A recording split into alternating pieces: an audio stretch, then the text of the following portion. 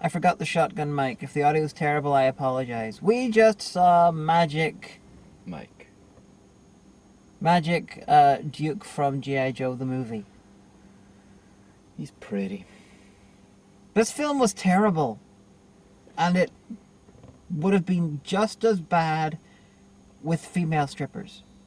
Possibly worse because male strippers is done less, so therefore it gets a couple of points for originality. It was a massively character-driven story with characters that change every scene. I was expecting a shit film about male strippers, and I got a bad drama that has bits of stripping in it. But they were all tasty. So what? Well, that doesn't appeal to you. So even if the people naked did appeal to me, I wouldn't matter. A film is not made good or bad by whether you find the people in it attractive. But Sorry. yeah, well, If I thought like that, Raspberry Reich would not be one of my favorite films, and it is. It's in my top 10. Jesus. Yeah. No, it was stupid. I have half a dozen hardcore gay porn movies in my DVD collection. I have no hardcore lesbian porn movies in my DVD collection. I don't care about whether I find something attractive before I think it's a good film or not. I'm a freak. They kept cutting away from the interesting bits. It's like, development. No climax. Yeah, anything that might have actually been interesting was apparently cut out. Why was Kevin Nash in this? What the fuck? It's like, although I did like the fact that Kevin Nash, or the guy who looks like Kevin Nash, how he was really, really well acting a guy who didn't want to be there and didn't really give a shit, or he literally didn't give a shit. To quote somebody much funnier than I am, he brought an amazing sort of talent, this sort of talent of needing the money.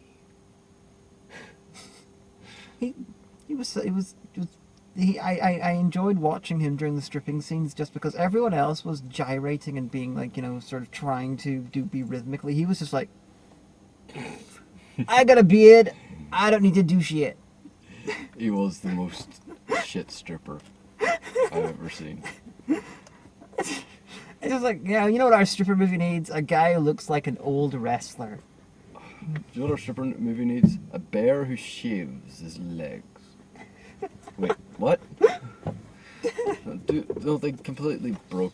I know it was aimed at straight girls, but they completely broke that convention. The big hairy guy stays hairy. Fuck off.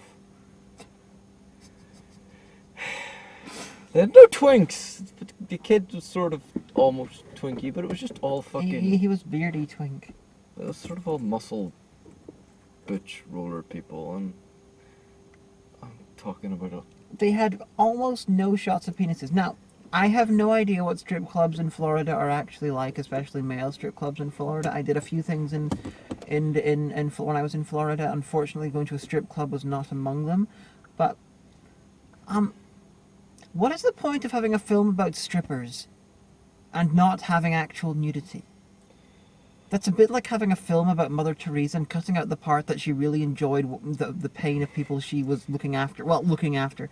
It's like having a Punisher film and cutting out the killing. Yeah, it's like having a Star Wars movie that doesn't feature science, that doesn't feature space. It's like having a schizophrenic movie that doesn't feature the word whore. Why?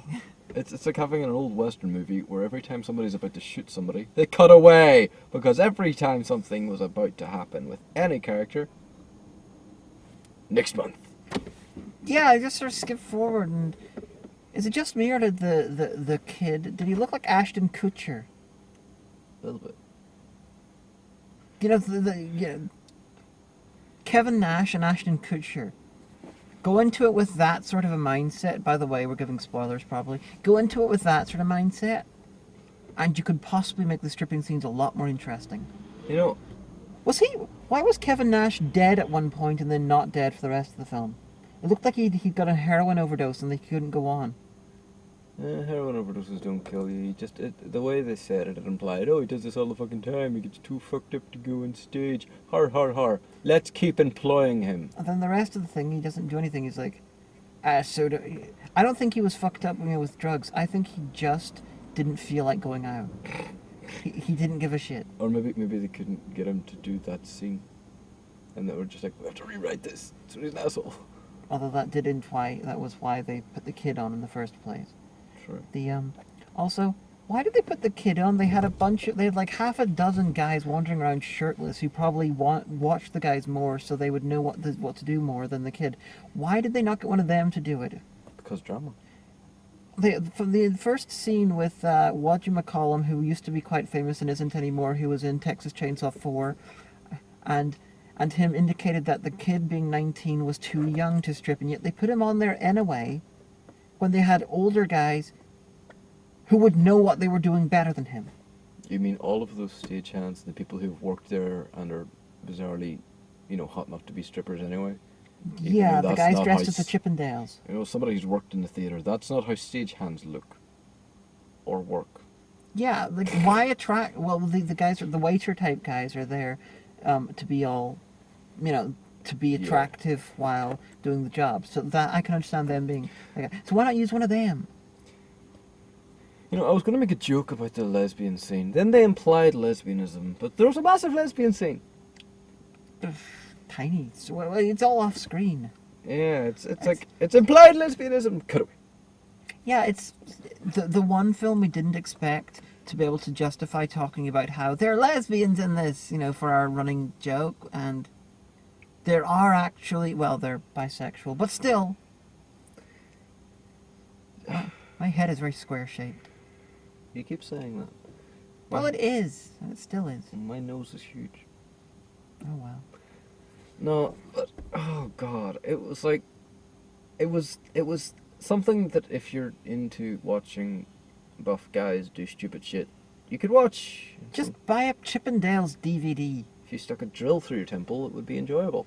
But, the thing is... The drama was shit. The drama was shit.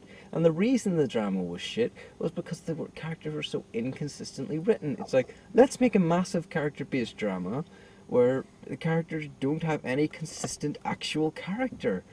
It's like having fucking Jane Eyre or something, where Mr. Darcy suddenly pulls out laser vision and then turns into a Russian female stripper. Or he goes somewhere that would improve Jane Eyre. Like Mr. Darcy wasn't in Jane Eyre. I don't know classic literature. Wait, I do. Jane Eyre. I'm stupid. Wasn't that Mr. Rochester? I don't care. Yeah, they're pretty much the same character because they're bastards in frilly shirts. Yeah, but okay, slight difference. These characters were as badly written as Mr. Grey in 50 Shades of Grey, and he was a badly written character. Okay. Did you hear there's a hotel in England which is actually pulling out the Gideon's Bible and putting in copies of 50 Shades of Grey? Yep. That's hilarious. Well, at least you don't have to lick your fingers to turn pages. This film is... This is really quite bad. And it's not because I don't find men attractive. No, I find men attractive, and I would agree it's a bad film. You see? The cock smoker agrees with me. It's offensive. Well, you like smoking and you like cock, so... Also, nothing fucking happens in this for like an hour and a half, and then suddenly it thinks it's like a 20-minute version of Train Spotting set in like Tampa. It's really ridiculous. And then, okay. There's not enough happening. Drug dealing plot. Yeah, and the kid, the one of the main characters, the kid, apparently developed a drug addiction off screen, and then it's suddenly the main focus of it, and it's like, holy shit, he developed drugs, and it's like, I don't know, were they trying to insinuate that he only started taking drugs because of the pressure of the life or something? Because I think being they're trying somebody's... to insinuate that he started taking drugs to fuck that crazy chick with a pig. Okay. Well, that's a very interesting reason to start taking drugs. Because, as someone who's sitting here not taking drugs, it's really easy to not take drugs. Hi! I think the pig was the best written character. The pig... I wanted to see what happened afterwards, because the pig actually, ate all the ecstasy. and I wanted to see what happened because I'm really curious about what that would happen, what effect that would have. Probably kill it. Although I did inside. I applauded the insanity of the scene where the strippers, armed with batons, battled a gang of college students. That I applaud that. That was stupid enough to actually merit something rather than just being generically stupid. Indeed. And of course, oh yeah, the only one I described is the Transformers dance the guy did when he was like, "You need to do something new," and he just puts a bunch of bags on his black bags on his arms and legs, and then sort of spins around. It was a bit of military equipment used for carrying lots of shit. Okay, well, he looked like Cable from the 1990s X-Men comics. It's like, you gotta try something new. You know that body popping you've been doing dressed in slacks? Do the same body popping, but with a different costume. While dressed as a Rob Liefeld character. But I was impressed that he managed to spin her fucking around so much and then not fall over and not vomit. Yeah, it was like 40 seconds of constant spinning around. It's like, holy shit. No wonder they got this guy in G.I. Joe. He'll confuse Cobra. He'd be a good Batman. He's the chin for it. No, he would not be a good Batman. Better than Christopher Nolan's Batman. Here's the thing. If you have that guy as Batman, it's like, who could be Batman? Could it be this rich, eccentric billionaire who's really obviously fucking hugely muscled? But he has a chin. That's the reason they employed Adam West. Adam West had a chin. So, logically, Batman should be the guy that you least expect. And this guy does not have the dramatic chops to convince everyone that he's not. That he, is basically, you need a lot of acting skill to convince the audience that you don't have a huge thing of fucking muscles. True. It's a similar problem with playing Superman on screen. This is why Michael Keaton was the best live-action Batman. Because you look at him, you would not fucking expect it. He's the sort of guy that needs to dress up like a fucking bat in order to fight crime. Yeah. This guy, no Batman for him. I just realised what it was that bothered me about how Mike was written. The main character, it was really about the kid and it was called Magic Mike. But the guy Mike was written like somebody with a massive amount of charisma who can convince people of anything he wants, except for moneylenders apparently. Yeah. But he was written like he had that charisma. That charisma wasn't there. It was like a really crap D&D game where somebody keeps rolling charisma and getting natural 20s. But is actually shit. I'd say it's sort of someone who's the character has created has a high charisma level, but he keeps getting spectacular fails. Or just low-level ones, but this is bad. I actually enjoyed the movie. It caught me up in the stupidly, blatantly, obviously emotional manipulation shit. But I was like, at the end, I'm like, I need to take a piss, but I actually want to see how this ends. If for no other reason You than... should have taken the piss. I'm sure the drama of the urine leaving your urethra would have destroyed this fucking piece of shit. I know, but I felt like I'd invested 2 hours in it and I didn't want to miss the ending. This is perplexing me. I expected a bad film. Don't get me wrong. I expected a completely different sort of bad film. I was expecting Showgirls. This was Home and Away. Yeah, Home and Away with added stripping and American accents. Yeah. Matthew McConaughey, that's the guy who played Dallas. Matthew McConaughey. He was amusing, and I have to say, as someone who really likes long takes when it comes to movies, there are some very, very impressive long takes in this, such as, hey, we're having a conversation, and then suddenly, after about 4 minutes, a guy sort of jumps over a thing behind them. He's been walking in the background the entire time, and then suddenly, another 4 minutes, and he's in the shot, and it's like... That was really quite impressive. Yeah, and then there's the bit where Matthew McConaughey was like giving the kid this information on how to do the dancing, and then looking like he was fucking him, and then Fuck that mirror. And then they were doing the ghost thing, with the mirror, and it's like impressive, very good, Steven Soderbergh. I like your use of long shots, but make a better film, please. Yeah. But it was a character drama with no character. It was and wrapped around stripping. If this hadn't been about stripping, I'll be blatantly honest with you, I probably would have watched it, but it would have been exactly the same. Well, you wouldn't have watched it because I wouldn't have paid for you to watch it because, you know, everyone, all the couple of hundred who like to watch these wanted to see me talk about the male stripper movie, and I wanted to bring you because I need someone to talk to while doing these, and because you like the cock. So point counterpoint, but we're actually agreeing quite a lot. Yeah, if it hadn't been about strippers, one, I wouldn't have watched the movie, but if it had just been about drug dealers, which it kind of was, it would have been the same film. There would have been no difference. The whole stripping side of it was coincidental. It's like, you have a job that you're not actually satisfied with and your boss treats you like shit. Some of your coworkers deal drugs. This could be anything. He could be a customer service representative. He could work for Tigwatig. You know who you are. Oh, but had they made a movie about stripping, I would have probably enjoyed it more. Had they made a movie with slightly better characters written and it was about people working in a call center dealing drugs, I probably would have enjoyed it more. It just felt like they sort of went, stupid character plots, stripping. Should we call this the Half Monty? No, that's an insult to the full Monty. Well, it was sort of like, hey, we're going to advertise this as a male stripper movie, and then suddenly, hey, we've got like social shit too. And it wasn't very good either. Mm. Here, challenge.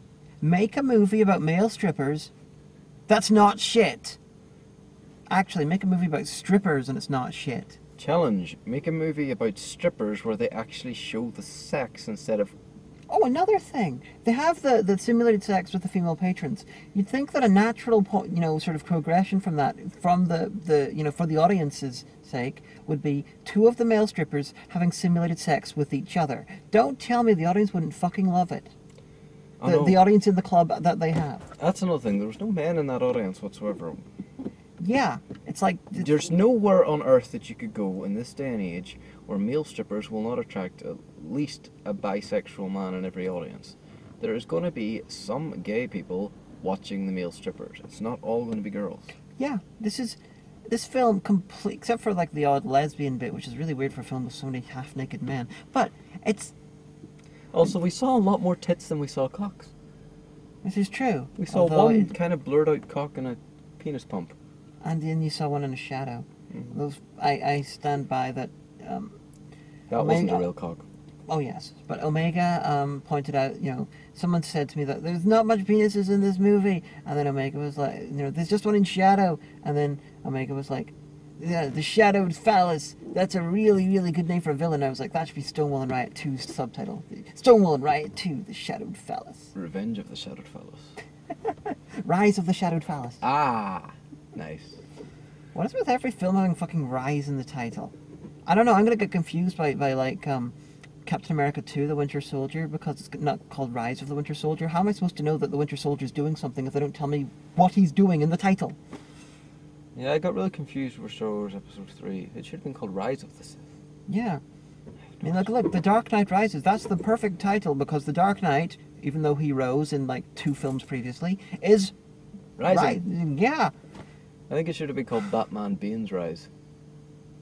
They should have called it Gotham City. No, because Gotham City's not... we're off topic. Yeah, but we always go off topic. Magic Mike is bad. If you want to see footage of men who are, I'm told, are classically handsome, dancing and being mostly naked, then I suggest you watch a DVD by the Chippendales. You can probably, or something like that. You can probably get Boys Gone Wild, something. You could probably get for the same price, buy it on Amazon. But no, that's back to one of my earlier points. These men weren't classically handsome. These men were square-chinned jockknocks. They were nothing but that. Just...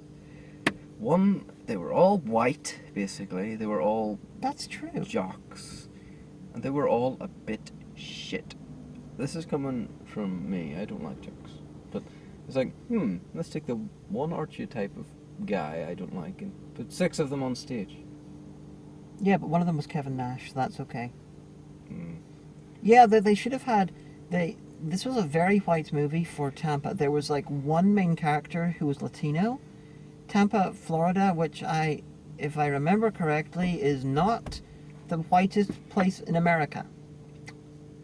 I don't think there are any whitest white places in America that aren't in the deep south. Was there any black people in this movie at all? I can't recall. I know at one shot they tried to make Mike look black. Did they? Some visual effect. Yeah, there was What? some lighting that seemed to be darkening his skin just for one thing. Okay. That or it was done completely by accident, but I didn't recognize the character for a few seconds. I'm like, what?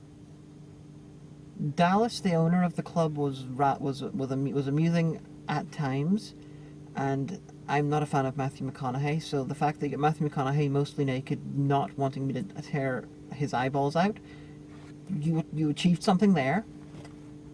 I don't know, but I think, once again, I'll come back to this. Dallas could have been a boss at any job. He could have been in a McDonald's. Yeah, I want you to do this. Get out there and make those fucking burgers. It just made no sense. I have a feeling they got a script that wasn't about stripping, and they sort of made it about stripping. And Mike wants money so he can. Okay, how could the fuck, if he doesn't have the money to be able to build furniture and sell it, which he could do in his house? Why the fuck has he got that really, really big house apartment type thing? Surely the logical thing to do. You want credit? Use the money. He also had a van and a car. Yeah, use the fucking, either sell the flat or whatever, or move into a smaller accommodation, Mortgage your property. or mortgage it. Yeah, he had a. Were they trying to show that he was trying to, fuck up his own chances of making that work? Were they trying to show that he didn't really want to do that? What I want to know is why he needed the loan to make furniture Out of stuff he finds on the beach. that he's been doing for years. Well, Does he need a loan to go, take this table, give me money? I think they wanted premises, but he could use the fucking premises in his fucking house. He's got like 3 floors. Oh, I thought it was hilarious, by the way. This occurred to me. We watched a movie about a stripper who wants to be a furniture salesman. I think I'd be much more interesting about a movie from the other way around. This is true. A furniture salesman who wants to be a stripper. So, rounding up. Not good. Bad drama. Some stripping. It's not worth the money to go and see it. We saw it half price today, so that's okay. Mm.